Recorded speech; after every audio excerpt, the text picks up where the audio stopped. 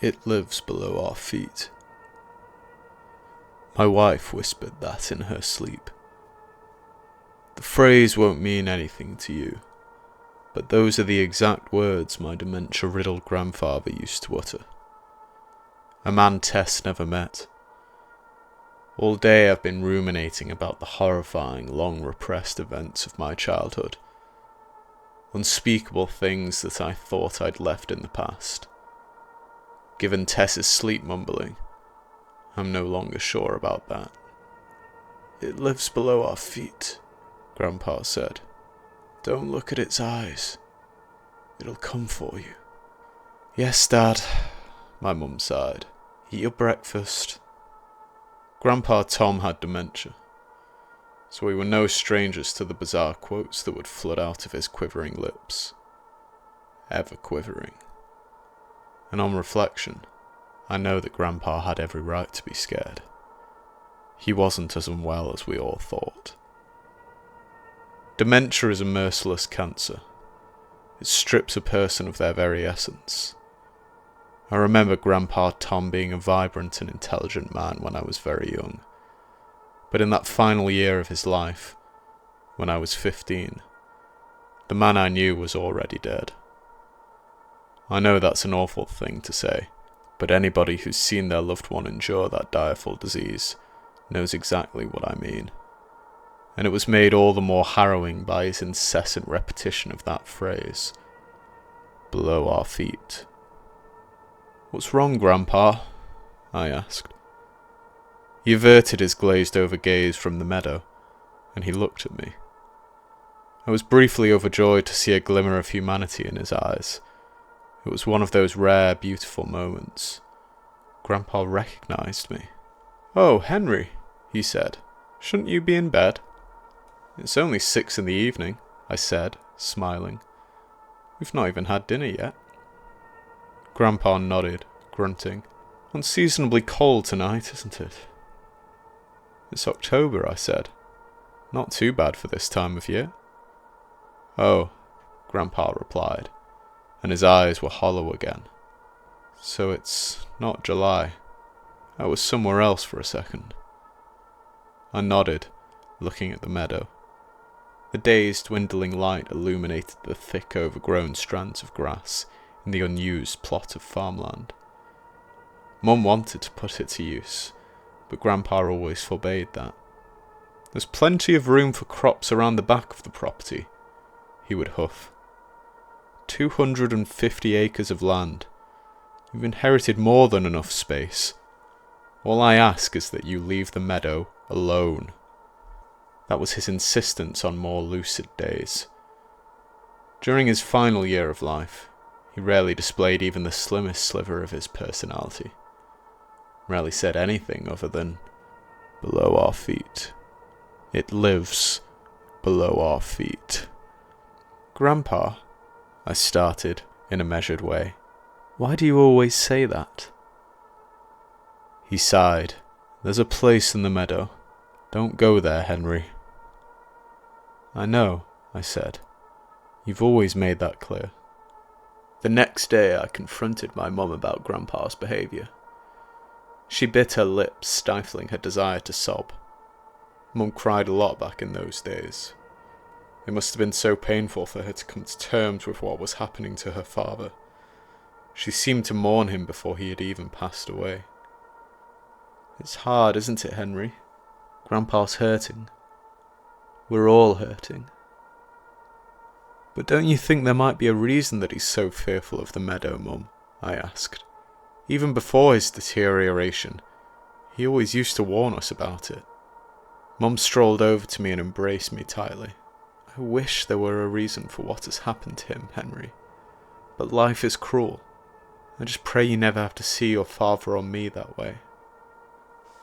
Dad spent most of his free time searching for care homes, but there was always something wrong with each of them in Mum's eyes. Of course, we all knew that nowhere would ever be good enough. My dad just did his best to make her happy during Grandpa's final months of life, but it was what happened on the day of his death that scarred all of us. Grandpa? I called into the darkness. Everybody had gone to bed, but I'd been sitting with Grandpa Tom on the porch again. He always looked calmer when he had his eyes on the meadow. He never liked being indoors. Unfortunately, I'd made the foolish error of nipping inside to grab a snack. When I returned to the porch, Grandpa was gone. Panicking, I rushed indoors to pick up a flashlight. "What are you doing?" Cynthia asked. My 9-year-old sister stood in the doorway, rubbing her sleepy eyes and cupping a glass of water in her hands. "Go back to bed," I instructed. "Is Grandpa out there?" she asked. "Yes," I lied. "Oh, I'll say good night to him," she said, skipping past me. My sister was too nimble, and I couldn't stop her in time. I scrambled after her, but she was already on the porch with a perplexed look on her face. "Out here?" she asked. "Go to bed, Cynthia," I replied. Her eyes widened. "Henry, where's Grandpa?" "Go to bed," I said. "This isn't a big deal." "Oh no," she said, lip trembling. "We have to tell Mum and Dad." "No, we don't," I said. "Look, just let's calm down, okay? I'll go and find Grandpa." "But," my sister protested. "Come with me and hold the torch," I said. Cynthia's little eyes brightened, and she smiled at me. Emotional trickery. The best way to win her over was to make her feel like a grown-up, I often found. And it worked. She nodded her head enthusiastically, and I handed the torch over to her. "But we've got to be super quiet, okay?" I said. "Mum would be upset if she were to find out." Cynthia nodded, and I held her hand as she lit the way with the torch. I used my spare hand to brush the large strands of grass out of the way. It had been a couple of years since Dad had properly cut it, because he was so tired of enduring Grandpa's lectures about the dangers of entering the meadow. Some of the strands were nearly as tall as my little sister. "Lift the torch a bit higher, Cynthia," I said. "It's hurting my arm," she replied. "Want me to take over?" I offered. "No," she said in a determined voice. "I can do it." "Okay, well, oh no," I gasped. I placed a finger to my lips and shook my head at my little sister. She immediately understood not to say another word. What I'd seen was the silhouette of a man a few yards in front of us. It had to be Grandpa. But the reason I shushed my sister and clenched my entire body in fear was that I'd spotted something else. Blood. Specks of red were coating the trail of grass leading to our grandfather. I seized the torch from Cynthia. "Grandpa?" I quietly muttered. The man twisted his head ever so slightly, but stopped before allowing himself to look at us. And then he uttered the most awful noise, a groan that indicated a weak, muted brand of pain. "Below. Ah," he began. And then my grandfather sank from sight. There was the sound of grass and dirt breaking away beneath him. Cynthia gripped my hand so tightly that her nails forged small indents in my skin. I still feel it sometimes, the way she grabbed me. I could feel her fear. "Henry?" Cynthia whimpered. "Where did Grandpa go?" Before I could answer, my little sister's body crumpled to the ground, and she screamed in terror. I cast the torchlight onto her, but I couldn't see what had happened. Something was rustling in the grass, and it was starting to drag Cynthia away from me. Without a moment's thought, I lunged forwards, grabbing onto my sister. "Henry!" she screamed. And then I felt something. A branch clinging to my sister's legs. At least, it felt like a branch. But as I tried to wrench it free from Cynthia's limbs, its texture made me shiver. It was almost fleshy. Not human, but certainly not belonging to a tree. Not a branch at all. It was alive. And it was disappearing into a hollow. a blackened void that welcomed Cynthia, the hole that had taken our grandpa, and I wasn't going to let it take my sister too. I assaulted the living limb with the butt end of my torch, and a terrible wailing sound was unleashed from the pit of the hollow before us. The thing released my sister, and I quickly pulled her to her feet. "Run back to the house," I said. "Tell Mum and Dad to—" I trailed off, feeling something chilly and vine-like wrapping around my ankle. I remained calm for Cynthia's sake, not alluding to what I'd felt. I looked into her frightened, tearful eyes.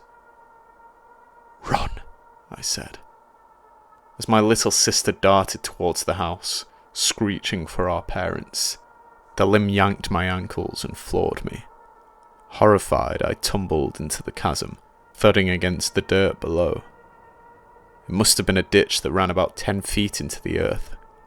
The fall broke one of my ribs, but I wouldn't realise that until the adrenaline had finally worn off. "Grandpa!" I whispered into the darkness. My torch was rolling around on the ground, illuminating a tunnel that disappeared beneath the meadow. I realised I'd found myself in a labyrinth, a maze that had always existed below our feet. I picked up the torch, and I was terrified to find that I was utterly alone, surrounded by tunnels shooting into every direction. As I was wondering how I would ever find my grandfather down there, he gave himself away with that same awful groan. "Its eyes," he whispered. The loudest whisper I've ever heard. It carried down one of the long tunnels behind me, and I slowly turned to face the most terrifying thing I've ever seen. Grandpa was lying against the wall of the tunnel, reaching a bloody hand towards me, and his eyes were more lucid than ever before. He truly saw me in that moment, recognized me. I wish he hadn't. I wish dementia had taken him. I wish he'd been vacant and confused during his final moments of life. Perhaps it wouldn't have been as horrible for him. Looming over Grandpa Tom was the monstrosity that had pulled us down there. Its dozen or so branch-like limbs were connected to a black insect-like body, and atop that ghoulish torso, a haunting face locked onto me. It had countless eyes, like that of a fly, and yet somehow it seemed almost human. Each ginormous eyeball sported a visible iris and pupil. The thing opened a large mouth filled with numerous rows of teeth. I could only watch in frozen horror as the abomination plunged its frightful fangs into my grandpa. He screamed, blood spilling out of his convulsing mouth, as he was slowly eaten alive. I feverishly started to scramble up the slightly sloped, dirt-covered walls of the main entry point to the hollow, but the creature was too fast. I screamed as I felt limbs clawing at me, wrapping around my neck. Every time I climbed a foot higher, I was pulled 2 feet lower, and my grandpa had fallen silent. The squelching noises emanating from the tunnel made it quite apparent that the insect monstrosity was tucking into my grandfather's lifeless corpse. But I could hear the voices of my parents in the distance. "Mom!" I screamed. "Dad! I'm down here!" The squelching ceased. I scooped up the torch from the ground and cast the light down the tunnel. My grandpa's hollowed-out corpse was lying motionless in the mud, but the branch-like monster had fled. And as strange skittering sounds surrounded me, I looked up to witness the horror of what it had in store. Its abominable limbs were spreading like a spiderweb across the opening to the hollow, sealing me off from the world. My parents would never find me. Propelled by fear and a longing to see my family again, I hauled myself up the slowly darkening hollow one final time. I could feel limbs enveloping my body, but I fought more valiantly than ever. And when I reached the top of the hole, I did something in the name of survival that still haunts me to this day. I plunged my own teeth into one of the creature's limbs. The wail it unleashed was twice as loud as its first, but it retreated for a brief second, allowing me to squeeze through the narrow opening and clutch onto a clump of grass. Breathing erratically, I hauled myself up to the meadow and rose to my feet. "Over here!" I screamed at my parents. They were only 30 or so yards away, and they quickly rushed towards me. I was so lost in that initial emotional embrace, I almost forgot about the terror behind me. But that was the most unsettling part of the entire ordeal.